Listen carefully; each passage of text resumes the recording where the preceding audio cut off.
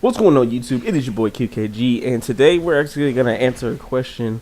What is Animus? Because there have been so many people who've seen this game hit the Nintendo eStore and have been really confused, because usually when you look at a game at first glance and then seeing its price tag, you may be a little bit weary on how much time you may get out of this game. But Animus is actually like a Dark Souls clone that was actually developed for iOS and Android. And they actually have a sequel on the way as well too, so we might see that hitting the Nintendo eShop as well. Yo, what's up, man? You ain't fucking with your man no more? So when it comes to Animus, it's actually $8 on the eShop right now. I must say this game actually came as a really pleasant surprise for me, because honestly, like, I've had Dark Souls, you guys have seen it on the channel of course, and I haven't played it since that time period. So it's been some time since I've dived into Dark Souls, mainly just because of some of the gripes I have with it. But when I played this game, since it is a mobile version of the game pretty much, it has this type of mindset to where we're going to give you something that's quick and clean, something that doesn't take a million years to play, and it's still going to give you that difficulty level when it comes to Dark Souls.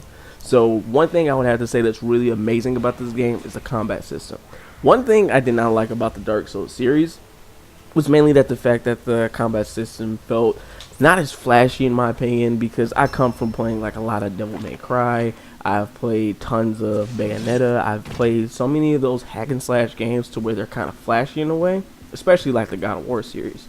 So when there's a action RPG that isn't as flashy or doesn't have too much over the top moves, and it's just pretty much swinging from left to right the whole time, maybe some charge up moves here and there, it gets the job done. Like, it's decent, but I just wish it was a little bit more flashy. That's just my opinion.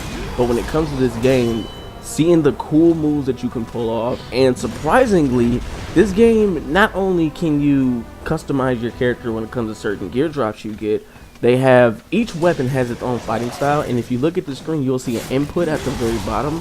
If you hit that input, you use your Devastate move, which is like a big charged up move that sometimes stuns or slows the enemy, but it takes time to charge up.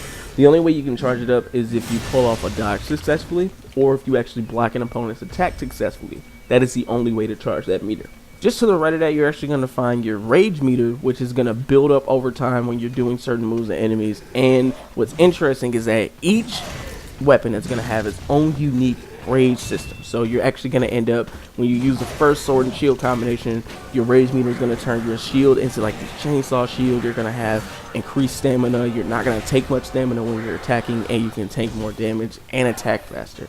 But each weapon is going to have its own system to where once you get it powered up, you can let off either a devastating combo, you're going to get either a devastating blow, or it's going to give you some type of enhancements when it comes to battle. So that was an amazing touch within the game. It gave fighting the whole new dynamic, because instead of just thinking, oh, I can just use this one rage meter and I can burn through the game no matter what weapon, you have to actually make sure you find out and get some practice with each weapons, because not every single rage super move is going to be the same. So that was one thing I really love, because it changed the dynamics of the fight. Now, with this being a mobile game, you have to keep in mind what are some of the things that they can utilize in this game to capitalize on that market. And a lot of games, when they are mobile games, they capitalize on microtransactions.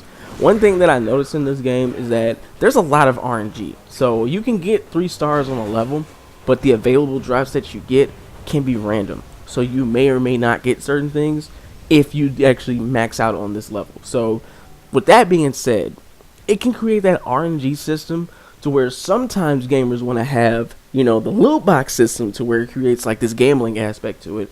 Honestly, as much as I looked into the store, I did see some cloaks that you can get in the game, like some power-ups here and there, but when it came to drops, I really didn't see to where like you could buy, like straight out buy certain weapons, which I would have had an issue with, because that means they could have just been updating the game and say, here's this new great sword, you only have to buy it in the black market.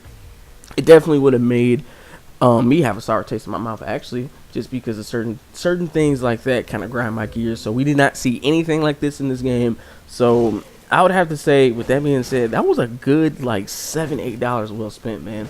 It was a very, very cheap game, but at the same time, I can tell it was kind of like a passion project, not like a cash grab. It was someone who loved the Dark Souls series, who loved that style of combat, which, I mean, people have to be careful nowadays because honestly, that type of gameplay, give it about another couple years, it's gonna get played out, and we're actually gonna see more action RPGs taking on a different combat approach.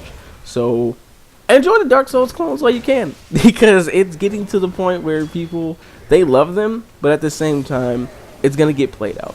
But honestly, when it comes to Animus, especially with Animus Harbinger actually being on the iOS and Android, hopefully we actually do see a sequel with this game, because this is a game I really enjoy. I'm not gonna say it's not drastically difficult, but at the same time, it is not by far an easy game at all. Sure, you can go back and fight the other bosses that you already beaten, they're gonna be much easier, but you go fight a boss that's harder, you're gonna get bopped. So when it comes down to this game, I would definitely have to give it a solid, I gotta give it a 4 out of 5, man. Mainly just because of looking at the assets of the game.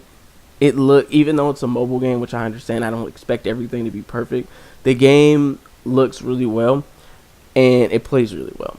That is one thing that I do enjoy about this game. Now I will say there are some glitches here and there. Definitely are some glitches in the game. There were certain times I were running up to certain trying to do certain inputs. I don't know if it was something I may have missed that was explained at some point in the game, but like trying to summon like allies to help you fight a battle, there were times where I couldn't summon them anymore. So I don't know if that was because I ran out of like summons, or maybe it was because it was a glitch. But for that, I really couldn't find out.